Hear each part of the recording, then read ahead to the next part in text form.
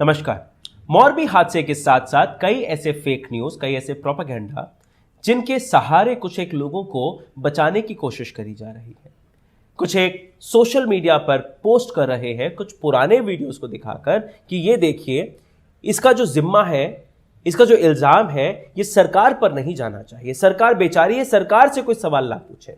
सवाल उन लोगों से पूछें जो इस पुल को हिलाकर साजिशन इस पुल को ढहाने की कोशिश कर रहे थे। वीडियो आपके सामने दिखाया गया, मार्क करा गया, हुड़दंगी लोगों को दिखाया गया और यह बताने की कोशिश करी गई ये वो लोग हैं जिन्होंने पुल साजिशन हिलाया और यह पुल ढह गया, जिसके चलते 141 लोगों की मौत हो जाती है, 177 लोग घायल हैं। मृतकों की लिस्ट को जब मैं पढ़ रहा था तो साफ तौर पर दिखा कि ज्यादातर उसमें बुजुर्ग थे, महिलाएं थी और बच्चे थे। इस पूरे हादसे के बाद किस तरह से डिफेंस आगे आता है, यह कहा जाता है ये लोगों की गलती है, लोग जो हिला रहे थे, झुला रहे थे इस ब्रिज को, उनकी गलती है, सरकार की गलती नहीं। अकाउंटेबिलिटी न सरकार की है न उस कंपनी की जिसने रेस्टोरेशन का काम लिया था 7 महीने पहले।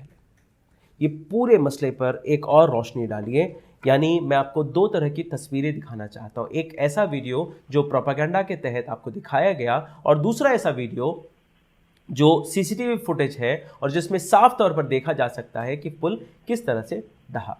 पहले तो इस वीडियो को देखिए जो प्रोपेगेंडा के तहत आपको दिखाया गया। वाइड एंगल शॉट है जिसमें लोग चल फिर रहे हैं, उसमें कुछ एक हुड़दंगी लोग, जिस तरह से कहा जा रहा है, वो पुल को हिला रहे हैं, लेकिन इसके आगे कुछ नहीं होता है। यानी 150 सालों से इस पुल में इसी तरह से कई लोग वहां पर गए होंगे, चले फिरे होंगे और इस पुल को हिलाने की भी कोशिश करी होगी, क्योंकि जिस तरह के पुल है, इस पुल का नाम ही अगर आप देखें तो झूलता हुआ ब्रिज है। इस पुल पे जो लोग जाते हैं इस तरह से हिला के मजे लेने की कोशिश करते हैं हर बार।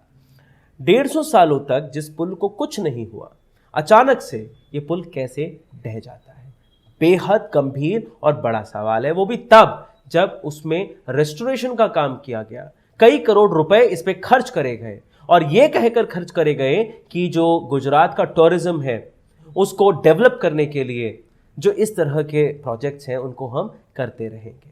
जो कंपनी है, क्या उसका इतिहास था, क्या उन्होंने कोई पुल बांधा था, ऐसे कई सवाल है। कंपनी कौन सी है वो भी मैं बताऊंगा, लेकिन इससे पहले दूसरा वीडियो देख लीजिए, यानी सीसीटीवी फुटेज। कहा यह गया था कि 400 से भी ज्यादा लोग थे इस ब्रिज में और बहुत धक्का मुक्की हो रही थी। किसी भी तरह से जो लोग हैं वो इस पुल को हिलाने की कोशिश कर रहे थे और इसके चलते पुल गिर गया।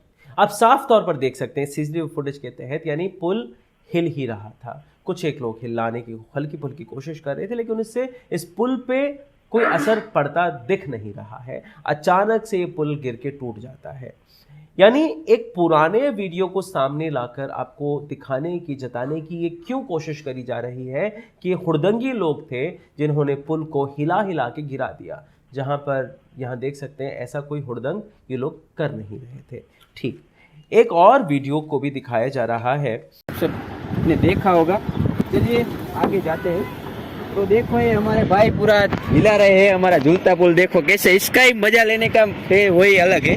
तो अभी ये हमारे भाई पूरा ऐसे ऐसे कर रहे हैं, मुझे भी डर लग रहा है, लेकिन मुझे अभी जो ये भी मजा है, यही मजा लेने का, इससे झूलता पुल का ये वो हिलाने वाला मजा यही लेने का है भाई। तो चलिए भाई हमारे पूरा हिला रहे, मुझे लगता है मुझे फेंक देंगे नीचे, लेकिन भाई मुझे फेंकना मत। तो चलिए आगे जाते हैं, आगे आओ दो। ये जो वीडियो आपने देखा ये एक पुराना वीडियो है, नया वीडियो नहीं है, कल का वीडियो नहीं है, यानी हादसे से पहले का वीडियो नहीं है। ये वीडियो तकरीबन 7 महीने से भी पहले शूट किया गया वीडियो है। गुजरात के ही एक यूट्यूबर हैं जो इस ब्रिज में जाते हैं और व्लॉग बनाते हैं कि देखिए किस तरह से हम मज़े लेते हैं इस पुल पे, जब हम आते हैं और हम इस पुल को हिलाने की कोशिश करते हैं, बड़ा मज़ा आता है। इस पुल की जो कंडीशन है, यानी 7-8 महीने पहले भी जब ये लोग पुल को हिलाते थे कुछ ऐसा होता नहीं था, लेकिन रेस्टोरेशन के बाद तो इस पुल में और मजबूती आनी चाहिए थी और इस तरह का हादसा होने की कोई गुंजाइश होनी ही नहीं चाहिए थी। लेकिन उमा शंकर जी जो लिखते हैं वो भी मैं आपको पढ़ के सुना देता हूँ। ये एक पुराना वीडियो है, किसी एक व्लॉगर का है, व्लॉग का है। इसमें भी लड़के पुल को हिला रहे हैं, मतलब पुल को गिराने की साजिश लंबे समय से रची जा रही थी और प्रशासन को पता नहीं चला। पुल चलाने वाले टिकट बेच रहे थे, साजिश करने वालों को पुल पर भेजते रहे। ऐसे कई सवाल दबाए जा रहे हैं ताकि आप ऐसे सवाल पूछे ही ना।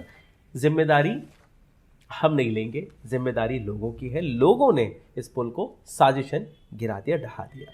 ओबेरा नामक जो कंपनी है 17 रुपए और 12 रुपए के टिकट बेच रहे थे। इसके बारे में जब हमने जानने की कोशिश करी, वेबसाइट हमें मिल गई, लेकिन वेबसाइट काम नहीं कर रही है, यानी वेबसाइट को बंद कर दिया गया है ताकि ज़्यादा इंफॉर्मेशन इस कंपनी के बारे में ना पहुंचे।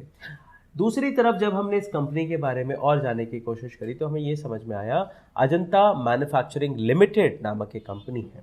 अब इस कंपनी के बारे में भी जब आप देखते हैं, पड़ताल करते हैं तो पता पड़ता है गुजरात बेस्ड कंपनी है। अजंता क्लॉक आपने ज़रूर सुना होगा, ये वही कंपनी है। अजंता क्लॉक्स यही लोग बनाते हैं। 9 नवंबर 1994 में इस कंपनी की शुरुआत हुई थी, यानी नई कंपनी नहीं है, बहुत पुरानी कंपनी है, रेप्यूटेड कंपनी रही है। अपने क्षेत्र में 27 साल 11 महीने 22 दिन हो चुके हैं इस कंपनी के शुरुआत के बाद। इनका सेक्टर क्या है, क्या बनाते हैं, अगर आप ये देखें तो manufacturer of domestic appliances, wall clock, e scooter, इस तरह के मैन्युफैक्चरिंग लोग करते थे। कंस्ट्रक्शन में इन लोगों ने कहीं हाथ नहीं आजमाया था। कंस्ट्रक्शंस की दुनिया में या फिर पुल बनाने के निर्माण की दुनिया में जो नाम होने चाहिए थे, जिस तरह की रिस्पॉन्सिबिलिटी दिखानी चाहिए थी, यानी एक ऐसे पुल को आप मरम्मत करने के लिए दे रहे हैं एक ऐसी कंपनी को जिसके पास इस काम को सही तरह से करने का कोई हुनर ही नहीं था। यानी एक ऐसी नई कंपनी को आप इतना बड़ा प्रोजेक्ट दे रहे हैं और ये कह के दे रहे हैं कि इस कंपनी का इतिहास घड़ियां बनाने के लिए है या फिर ई स्कूटर बनाने के लिए, और ये काम भी ये लोग कर लेंगे। 15 साल तक के लिए इस कंपनी को मेंटेनेंस का कॉन्ट्रैक्ट भी दिया गया। 26 अक्टूबर 2022 को इस पुल को लोगों के लिए, पर्यटकों के लिए खोल दिया गया। और जब ये घटना घट गई, हादसा हो गया, तब ये कहा जाता है प्रशासन की तरफ से कि हमने इनको परमिशन नहीं दिया था, सेफ्टी सर्टिफिकेट इनके पास था नहीं। 7 महीने से आपने, यानी सरकारी विभाग ने एक प्राइवेट कंपनी को इसका कॉन्ट्रैक्ट दिया। 7 महीने से क्या कोई भी सरकारी बाबू, कोई भी सरकारी अफसर इस निर्माण कार्य को जांचने के लिए नहीं गया था? किस तरह का निर्माण कार्य हो रहा था, क्या उसमें खामियां थी, क्या क्या वहां पर रिपेयर होना चाहिए था और किस तरह का मटेरियल वहां पे वो लोग यूज कर रहे थे। अगर वहां पे कुछ खामियां थी तो क्यों उसकी रिपोर्टिंग नहीं करी गई? और जब वो पुल बन गया तो कौन से ऐसे अधिकारी थे जिन्होंने उसका फाइनल सर्टिफिकेट दिया, यानी ये पुल सही तरह से रेस्टोर हो चुका है, इसका सर्टिफिकेट किस अधिकारी ने दिया? और अगर आपने नहीं दिया तो 26 तारीख से जिस तरह से लोगों का हुजूम वहां पे उमड़ रहा था, जिस तरह के से वहां पर टिकटें बांटी जा रही थी, जिस तरह से दिवाली के बाद, छठ पूजा के बाद वहां पर लोगों का मजमा लग रहा था, क्या प्रशासन को इस बारे में नहीं पता था कि ये पुल अभी भी सेफ्टी सर्टिफिकेट से बाहर है? कौन से वो अधिकारी थे जो रिस्पॉन्सिबल थे इस पूरे प्रोजेक्ट के लिए? आज आप बड़े आराम से ये कह रहे हैं कि हमको नहीं पता, हमसे आप ना पूछें। कल जब ये घटना घटी थी, यानी 132 लोगों की जब मौत का जो आंकड़ा कल सामने आया था, तब प्रधानमंत्री मोदी जी का एक स्टेटमेंट, मैं अपने तमाम प्रोग्राम्स रद्द कर रहा हूं, मेरे लिए लोग इंपॉर्टेंट हैं, जो इलेक्शन प्रचार है ये मुझे इंपॉर्टेंट नहीं है, जो मेरी रैलीज थी, मीटिंग्स थे, इन सब को मैं कैंसिल कर रहा हूं। लेकिन आज प्रधानमंत्री मोदी जी का एक और भाषण मैंने सुना। मैं एकता नगर में जरूर हूं, लेकिन मेरा दिल, मेरा दिमाग, मेरी आत्मा मोरबी में उन परिवारों के साथ है जो इस हादसे में अपनी जान गंवा चुके हैं। यानी इस स्थिति में भी प्रचार हो रहा है, इलेक्शन इंपॉर्टेंट है और उस हादसे को भुनाया जा रहा है वोट बैंक के लिए, और जो सवाल पूछे जाने चाहिए थे उनसे बचकर इसको प्रचार के लिए इस्तेमाल किया जा रहा है। इसीलिए मैंने शुरुआत में कहा राजनीतिकरण कैसे हो रहा है। साथ ही साथ आप देखें, गुजरात के मुख्यमंत्री भूपेंद्र पटेल जी आज मोरबी पहुंच जाएंगे कि 141 लोगों की मौत हुई है। ये राजकोट रेंज के जो इंस्पेक्टर जनरल हैं अशोक यादव जी, ये उन्होंने पुष्टि करी है, कंफर्म किया है।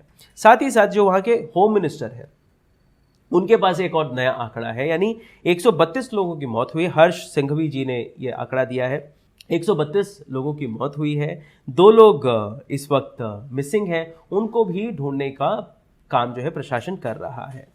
99 लोगों की जो लिस्ट है, मौत की जो लिस्ट है, वो मोरबी सरकारी अस्पताल ने रिलीज कर दी है।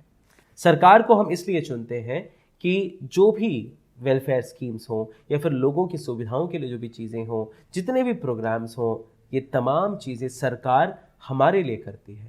अगर उसमें कुछ खामियां होती हैं तो उस खामियों को दूर करने का काम भी सरकार का ही होता है। इस तरह के जब हादसे होते हैं तो उस हादसे के बाद आखिर वो हादसा क्यों हुआ, कैसे हुआ, गलती कहाँ हुई, ताकि आने वाले समय में इस तरह की गलतियां ना हो, दोबारा ऐसी मिस्टेक्स ना हो, इसकी जिम्मेदारी भी सरकार की होती है। सरकार या फिर इनके जो कुछ भक्त हैं वो इस तरह से पल्ला नहीं झाड़ सकते हैं कि हमें नहीं पता, ये तो लोगों की गलती है, लोग पुल हिला रहे थे, साजिशन इस पुल को गिरा दिया गया और उसके चलते 141 लोगों की मौत हो गई। सोचने की बात है, रिस्पॉन्सिबल अकाउंटेबिलिटी किसकी बनती है। नमस्कार।